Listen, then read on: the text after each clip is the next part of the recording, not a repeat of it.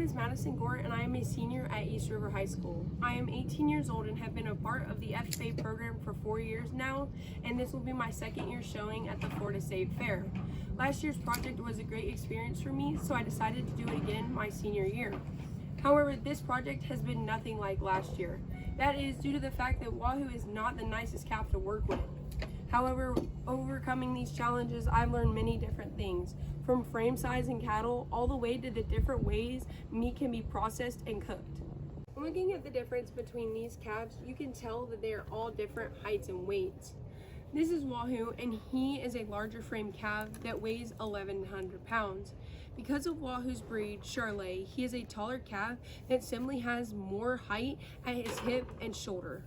Larger frame calves like Wahoo need more weight to finish out properly. The USDA states that all calves finishing over 1,200 pounds are larger frame calves, but Wahoo will need to finish out over 1,300 pounds. However, when you look at this cream and white colored calf, he is more of a medium-sized frame calf, weighing at 1082. Though they are close in weight does not mean that they hold it in the same way. That is where muscle thickness comes into play. When looking at Wahoo, he is going to lean closer to a number 2 scaled calf. That is because when you step behind him, he does not fill out in his stifle and lower quarter with the same shape and width. Whereas when you look at this cream and white colored calf, he is going to be more of a number 1 scaled calf. That is due to his extra width, which allows him to come with more muscle from his hind quarters over his top and into his forearm. Animal byproducts are of all economic value other than the carcass. These products are classified as edible byproducts and inedible byproducts. However, although some people might not agree with others, there is no other way to say that there is still use for stuff that is left after the carcass is removed. Not only is making stuff out of inedible byproducts a big thing in the United States, it is a very big thing in developing countries. However, with the impact in technology, they have been able to create products from non-animal resources.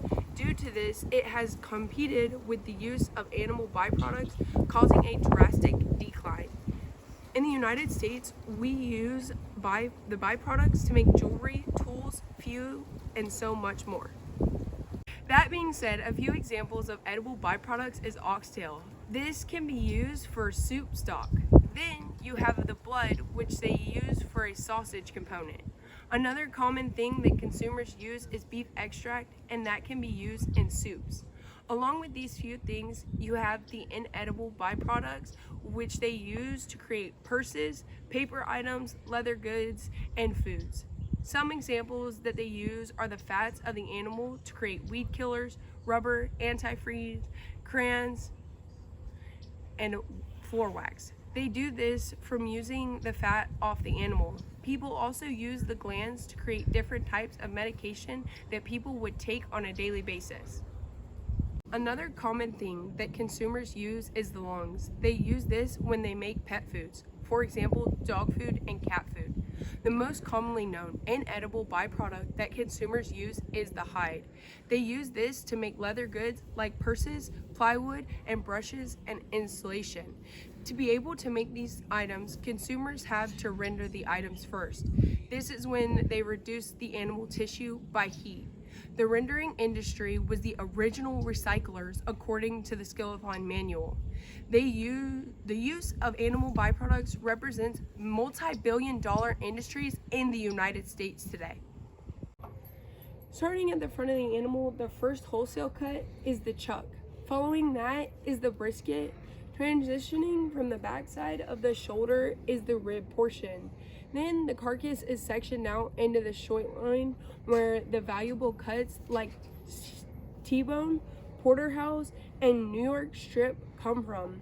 There is also the sirloin, tenderloin, top sirloin, and bottom sirloin cuts are located. Less known wholesale cuts are the plate, flank, and shank portions. And lastly, the last wholesale cut is the round portion.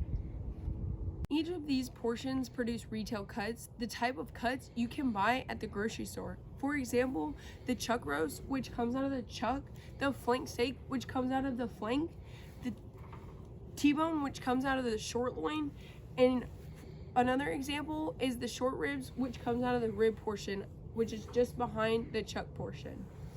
Retail cut specifications include size or thickness of cut, bone-in or boneless, tender or not tender cuts.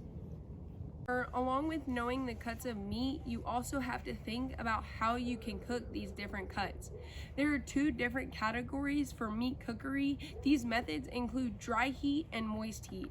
The dry heat methods are used for less tender cuts that have been properly marinated. There are 8 different types of dry heat cooking methods. Roasting, which is used for large cuts of meat like a rib or ribeye roast. Then you have broiling, which is usually thin cuts of meat and usually more tender. Next is grilling. This is another method of broiling. Then you have pan broiling, which is a faster, more convenient over boiling. Along with pan frying, stir frying, deep fat frying, and microwave cookery. Much like these different types of cooking methods, you also have the different types of moist heat cooking methods. There are 5 different types of moist heat cooking methods. Braising, which is when the meat is covered with seasoned flavors and browned. There is also stewing, which is small pieces of lean meat which are browned on the outside. These meats are then cooked in a liquid of a temperature exceeding 195 degrees Fahrenheit. Simmering, which involves cooking in a water at a lower temperature. Then you also have pressure cooking and poaching. You should decide which method is best for you based on the type of meat you're using, personal preference, along with time and ingredients you have available to you at the time. I hope the information I have shared with you today will help you in your future endeavors to the grocery store or wherever you get your meat, all the way from picking out the best looking ribeye to the best way to cook it.